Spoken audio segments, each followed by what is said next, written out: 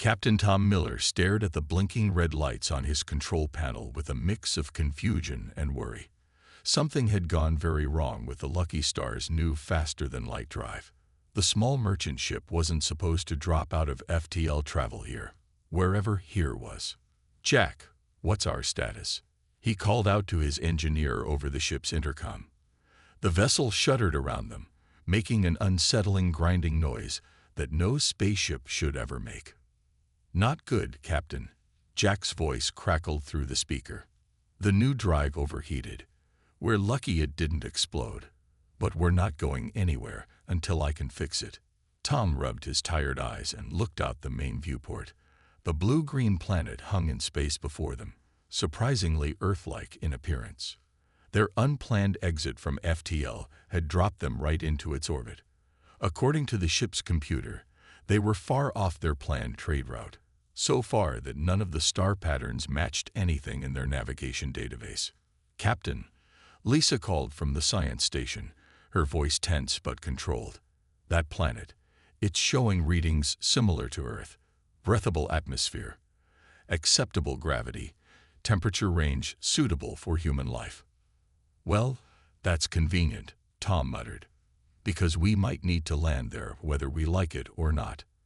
As if to emphasize his point, another shudder ran through the ship, stronger this time. Warning alarms began to blare throughout the vessel. "Jack," Tom called again. "The drive's damage is affecting other systems now," the engineer reported, sounding even more worried. "We're losing power to the orbital stabilizers. If we don't land soon, we might not be able to land at all." Tom looked at his small crew on the bridge. Mike at Communications was already running landing calculations, while Lisa continued analyzing the planet's surface for a suitable touchdown site. They were all professionals, and they'd trained for emergency situations, though perhaps not one quite this extreme. "All right, people," Tom announced, straightening in his captain's chair. "Looks like we're going to have an unplanned vacation. Lisa, find us the safest landing zone you can. Mike, keep monitoring for any signs of civilization or technology. We don't want to drop in uninvited if this place is inhabited. Jack, focus on keeping us in one piece until we're down." The next 30 minutes were among the most intense of their careers. The Lucky Star fought them the whole way down, shaking and groaning as they descended through the atmosphere. Warning lights flashed across every console, and at one point the artificial gravity flickered, causing them all to float momentarily before it kicked back in. But somehow, they managed it. The ship settled onto a grassy plain with a final shudder and a hiss of cooling metal. Through the viewport, they could see a landscape that looked remarkably like Earth. Blue sky, green vegetation, and what appeared to be trees in the distance. "Well," Tom said, breaking the tense silence that had fallen over the bridge, "that could have gone worse." Lisa's console beeped. "Atmospheric analysis complete," she reported. "The air is breathable. Oxygen levels slightly higher than Earth normal, but within safe ranges. No detected toxins or pathogens our filters can identify." "Any signs of civilization?" Tom asked Mike. "Nothing showing up on our short-range scans," the communications officer replied. "But with our systems damaged, we can't scan very far. There could be settlements beyond our current range." Tom nodded slowly, taking in all the information. They were stuck on an unknown planet, in an unmapped part of space, with a broken FTL drive, and who knew what other damage to their ship. But they were alive, they could breathe the air, and they had a chance to fix things. "All right," he said finally. "Jack, grab your tools and let's assess the damage. Lisa, set up a perimeter scan for any local wildlife we should worry about. Mike, keep monitoring for signals or signs of intelligent life. We're not going anywhere for a while, so we might as well do this right." As the crew began their tasks, none of them could have possibly guessed that their accidental landing would change not just their lives, but the entire history of two civilizations. The morning sun rose over the Lucky Star, casting long shadows across the grassy plain. Tom and his crew had spent their first night on the unknown planet inside their ship, taking turns keeping watch. Nothing dangerous had appeared, but they had heard strange animal calls in the distance throughout the night. "The engine damage is worse than I thought," Jack reported during their morning meeting. He looked tired after working through most of the night. "We need at least 2 weeks to fix it, maybe more. Some parts will need to be rebuilt from scratch." Tom nodded, accepting the news. At least the air is breathable. "Lisa, what did the night scan show?" Before Lisa could answer, Mike suddenly sat up straight at his monitoring station. "Captain, movement in the trees at the edge of the plain. Multiple large objects. They're coming this way." The crew rushed to the viewport. Through the morning mist, they could see several tall figures emerging from the forest. As they got closer, the humans' eyes widened in amazement. The beings were humanoid but had 4 arms and stood nearly 8 feet tall. Their skin was a pale blue color, and they wore simple cloth garments decorated with intricate patterns. "They look peaceful," Lisa whispered, noting that the aliens carried no visible weapons. "They're walking slowly, probably just as curious about us as we are about them." Tom straightened his uniform. "Well, we can't hide in here forever. Mike, you've studied first contact protocols. Any suggestions?" "Keep our hands visible, move slowly, and try to appear non-threatening," Mike said. "Simple gestures might be our best bet for communication at first." The crew stepped out of their ship, hearts pounding with a mixture of fear and excitement. The alien beings topped about 30 feet away, their large eyes studying the humans with obvious curiosity. There were 5 of them, and the one in front wore more elaborate clothing than the others. Tom took a slow step forward and raised his hand in what he hoped was a universal greeting.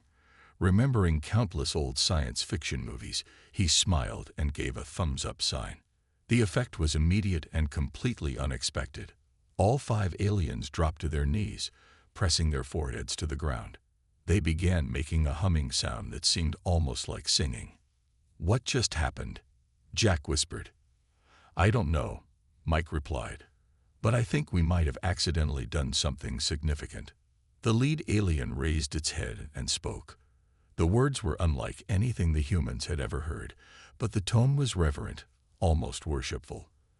The being pointed at Tom's hand, then at the sky, then made the same thumbs-up gesture with one of its 4 hands. Lisa's eyes widened. "Captain, I think they believe we're gods." The aliens rose and began approaching slowly, all making the thumbs-up gesture. They moved with such grace and respect that it made the humans uncomfortable. One of them reached out and touched the ship's metal hull, then quickly pulled back as if touching something sacred. "No, no, no," Tom said, shaking his head. "We need to fix this misunderstanding right now." He tried making X gestures with his arms and pointing to himself while saying, "We're just people, normal people." But his attempts at correction only seemed to impress the aliens more. They began bowing repeatedly, and more of their kind were emerging from the forest. "This is bad," Mike muttered. "Very bad."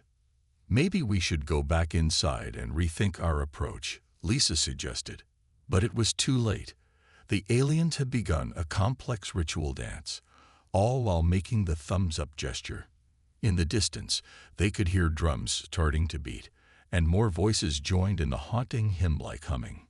Tom watched in helpless dismay as their simple greeting transformed into what appeared to be a full-blown religious ceremony. "Well," he sighed, "this isn't exactly how I imagined first contact would go." None of the crew members spoke as they watched more aliens emerge from the forest, all dropping to their knees at the sight of the ship and its crew. Their accidental conquest of this world had begun, and there seemed to be no easy way to stop it. 3 days had passed since the first contact, and things had only gotten more complicated. The crew of the Lucky Star found themselves living in a strange mix of trying to repair their ship while dealing with constant worship from the aliens, whom they learned called themselves the people of the plains. The trouble started when Lisa pulled out her tablet to record some notes about the aliens' behavior.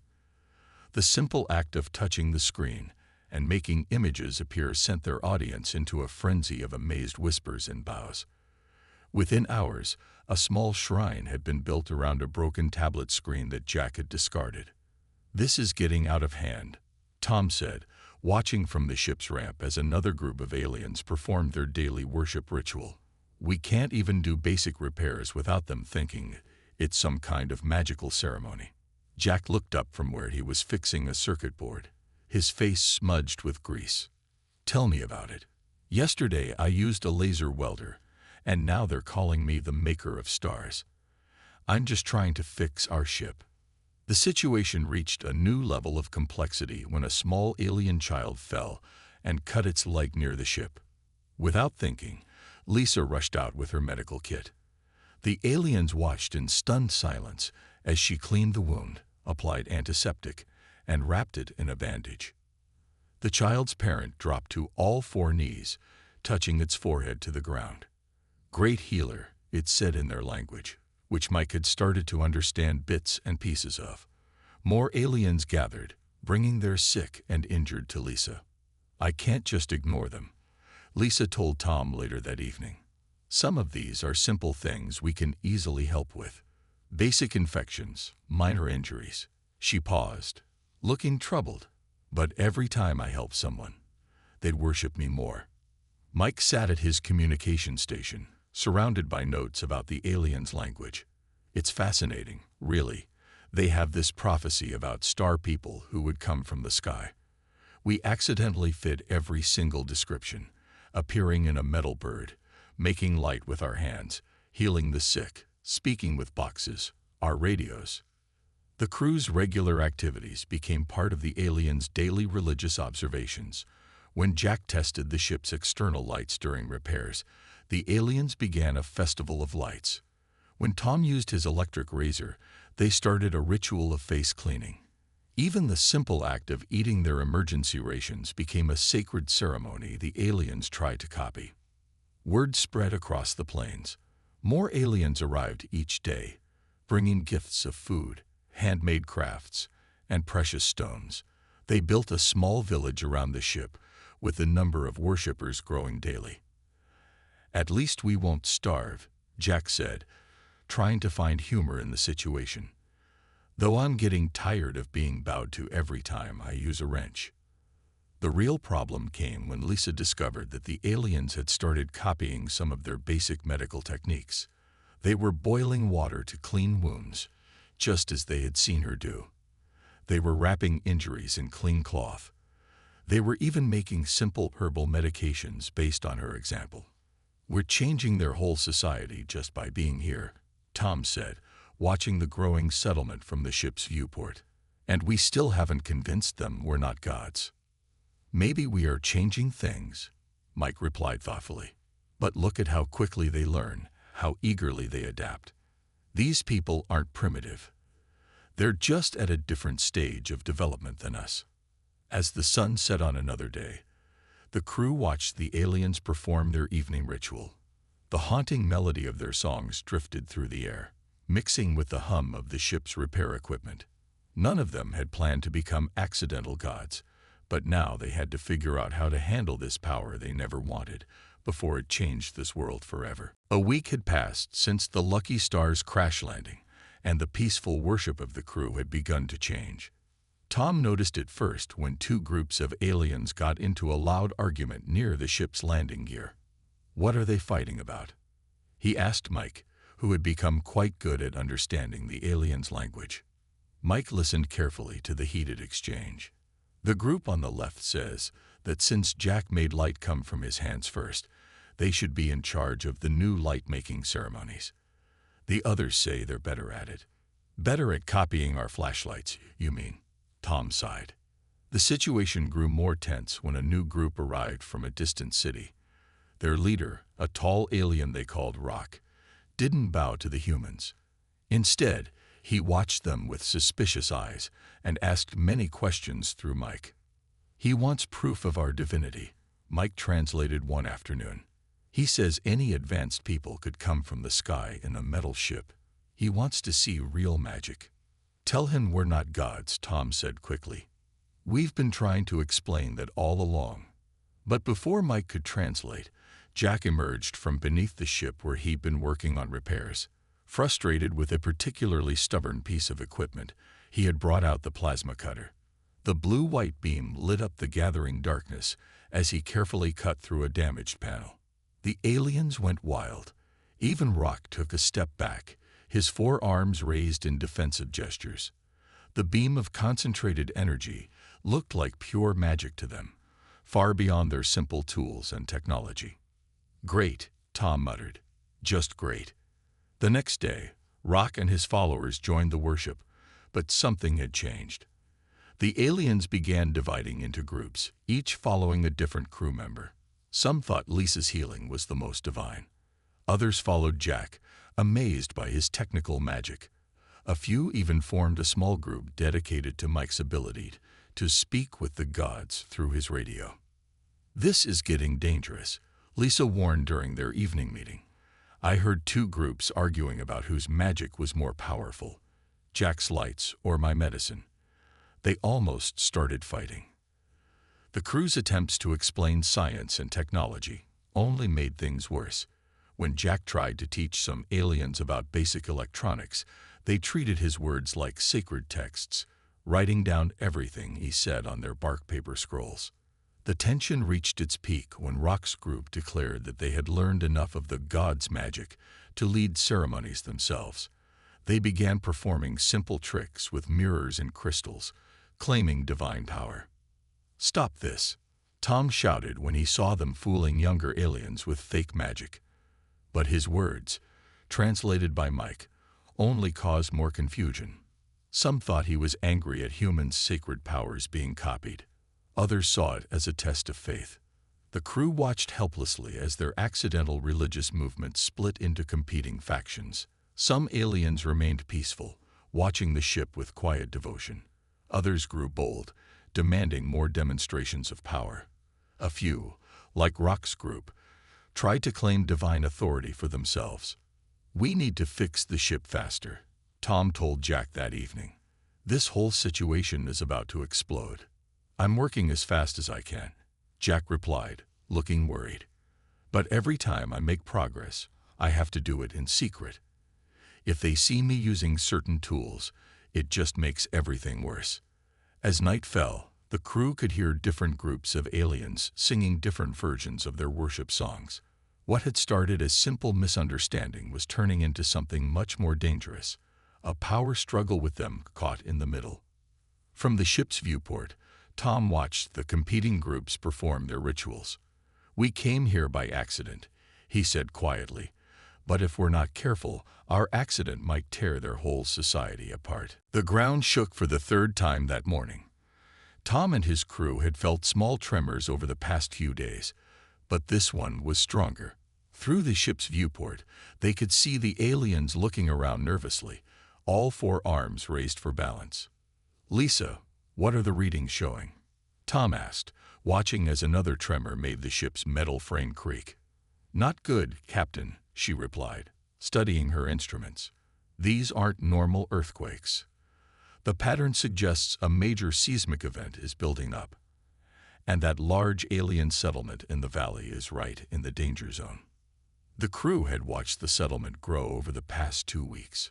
What started as a few simple huts had become a small city of over 1,000 aliens, all drawn by stories of the sky gods. Mike burst into the control room. "Captain, the aliens' leaders are asking for divine guidance. They say the ground spirits must be angry at them." Before Tom could respond, a much larger quake hit. Through the viewport, they watched several alien buildings collapse. The sound of panic drifted up from the settlement. "We have to help them," Lisa said firmly. "Gods or not, we can't just watch this happen." Tom nodded, making a quick decision. "Jack, do we have enough power to run the ship's ground scanners?" "Yes, but that'll slow down our repair work." "Do it." "Lisa, I want a complete map of the fault lines." "Mike, tell them to start evacuating the valley. Use whatever religious talk you need to. Just get them moving." The crew sprang into action. Jack rewired power to the sensors while Lisa began mapping the underground dangers. Mike ran outside to speak with the alien leaders, his voice carrying clear in the morning air as he pointed toward safer ground. Some aliens refused to leave, believing the gods would protect them. Others argued about which human they should follow. The ground trembled again, stronger this time. "Enough," Tom shouted, his voice amplified by the ship's external speakers. The aliens froze, staring up at him. Through Mike's translation, he continued, "Look at your scanners. Rock. Tell them what you see." Rock, who had learned to use some basic human tools, held up a simple seismic detector Jack had built. His hands shook as he spoke. "The ground spirits are angry," Mike translated. "The Great One speaks truth. We must leave this place." The evacuation began in earnest.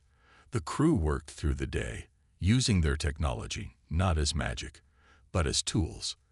Lisa's medical knowledge helped treat the injured. Jack's engineering skills showed them how to quickly build temporary shelters on safe ground.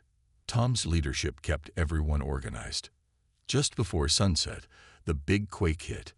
The crew watched from safety as the valley floor cracked and shifted.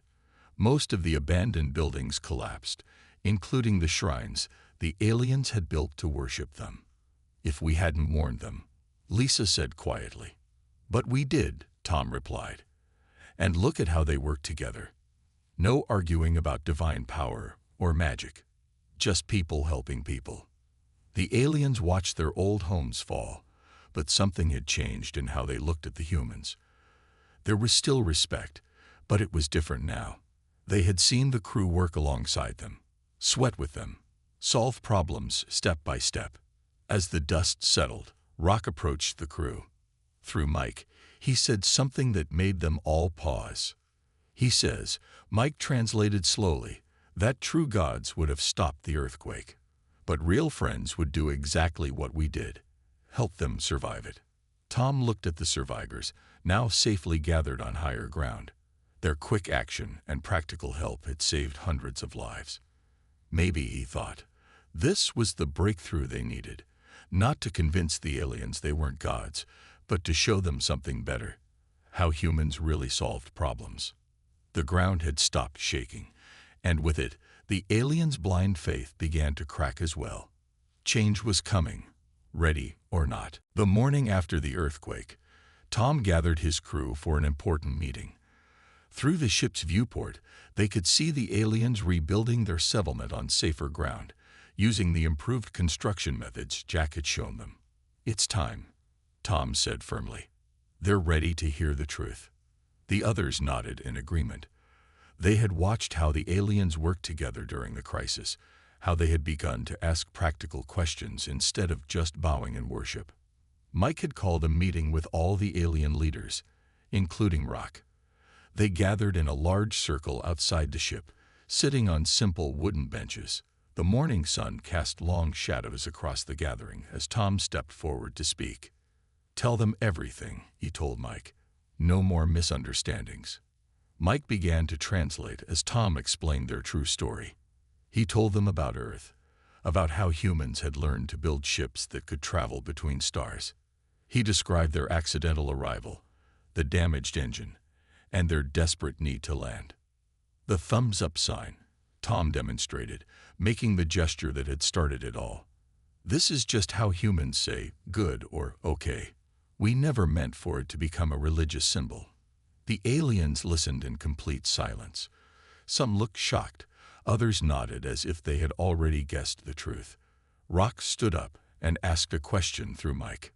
"He wants to know," Mike translated, "if we're not gods, how do we make light from metal tools? How do we heal the sick? How do we speak through boxes?" Jack stepped forward with a flashlight. Instead of just turning it on, he took it apart, showing them the battery, the bulb, and the simple switch. "This is technology," he explained as Mike translated. "Anyone can learn to make it. It's not magic, it's knowledge." Lisa opened her medical kit and began explaining basic first aid. She showed them how to clean wounds, how to make simple medicines from local plants, and how to wrap injuries properly. The aliens watched with growing interest, asking practical questions instead of treating her words as divine wisdom. "Your people are smart," Tom continued through Mike. You learn quickly. In just a few weeks, you've already started copying some of our simpler tools. Imagine what you could learn if we taught you properly, as equals. A murmur went through the crowd. Rock stood again, speaking at length. Mike's face broke into a smile as he translated. He says they've been foolish, treating us like gods. But they'd be even more foolish to ignore what we could teach them. He's asking if we would stay, not as gods, but as teachers.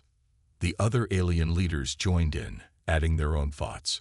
Some spoke of how humans had proved themselves during the earthquake, working alongside them instead of just giving orders. Others mentioned the practical benefits they'd already gained from copying human methods. Tom looked at his crew. They had spent weeks trying to convince the aliens they weren't divine. Now, finally, they had succeeded, but in an unexpected way. We still need to repair our ship, Tom told the aliens through Mike. But while we work on that, we can begin teaching you. Real things, useful things. No more mysteries, no more worship. Just humans and your people learning from each other. The aliens' response was immediate and enthusiastic. Instead of bowing, they stood and raised their hands in friendship. Some even tried giving thumbs-up signs, but this time with laughter, understanding it was just a simple gesture. As the meeting ended, Lisa turned to Tom. You know what's funny? They're actually more impressed by the realists than they were when they thought we were gods. Tom watched as Jack began showing a group of young aliens how to build a simple electric circuit. Maybe that's the best thing we've taught them. That reality can be more amazing than myths. 6 months had passed since the Lucky Star's emergency landing. The ship's engine was finally repaired, its hull gleaming in the morning sunlight. But the planet around it had changed completely. Where there had once been simple huts, now stood buildings made with a mix of alien and human construction techniques. Solar panels that Jack had taught them to make captured energy from the twin suns. A medical center run by Lisa's trained helpers treated the sick using both earth medicine and local healing plants. Tom stood at the ship's ramp, watching the busy settlement. It's amazing how much they've learned, he said to Mike, who was teaching a group of aliens to use a simple radio. And how much we've learned from them, Mike replied. The aliens had taught the humans about their planet's plants, their sustainable farming methods, and their way of living in harmony with their environment. It wasn't just technology flowing one way. It was a true exchange of knowledge. Rock, now the head of the settlement's education center, approached them with all 4 arms full of papers. Captain, he said in careful English, one of many aliens who had learned the human language. The council has made a decision. We want to propose something important. The crew gathered in the meeting hall, a building that mixed Earth architecture with alien design. Through both Mike's translation and broken English, Rock explained their proposal. They wanted the Lucky Star's landing site to become Earth's first permanent settlement on their world. Your accident brought our peoples together, Rock said. Why not make it official? We have space, resources, and willing teachers and students on both sides. Tom looked at his crew. Over the months, they had all formed deep friendships with the aliens. Jack had a whole team of eager engineering students. Lisa had trained dozens in medical care. Mike had created a basic dictionary of both languages. We'd need to contact Earth, Tom said. Get official approval. This would be a big step. The biggest since we mistook you for gods, Rock said. And everyone laughed. The story of their divine misunderstanding had become a favorite tale, told often to remind everyone about the danger of blind worship and the importance of real understanding. 3 months later, the first official Earth ships arrived. They found not a primitive alien world, but a thriving partnership between 2 species. The settlement had grown into a small city, with schools teaching both human and alien knowledge, workshops creating hybrid technology, and hospitals combining both worlds' healing arts. You realize what you've done, don't you? The Earth ambassador told Tom after touring the settlement. You've achieved in 9 months what might have taken decades through normal diplomatic channels. These people trust humans completely, not as gods, but as friends and teachers. Tom watched as a group of alien children played with human children from the newly arrived ships, all of them wearing clothes that mixed both cultures' styles. "We conquered their world," he said with a smile, "but not with weapons or magic. We did it by accident, with friendship and knowledge." The Lucky Star remained as a monument, now used as a school where both species learned about space travel. The original crew stayed too, each finding their place in the growing community. Jack ran the Technology Institute, Lisa headed the Medical Center, and Mike became the chief translator for the official Earth Embassy. And every year, on the anniversary of the landing, the entire settlement gathered to celebrate. The aliens would give thumbs-up signs, everyone would laugh, and then they would share stories about how a simple misunderstanding had led to something extraordinary, a future neither species had imagined, but both had helped build together. Some accidents, Tom often said during these celebrations, turn out to be the best things that could have happened. And as he watched humans and aliens working, learning, and growing together, he knew it was absolutely true.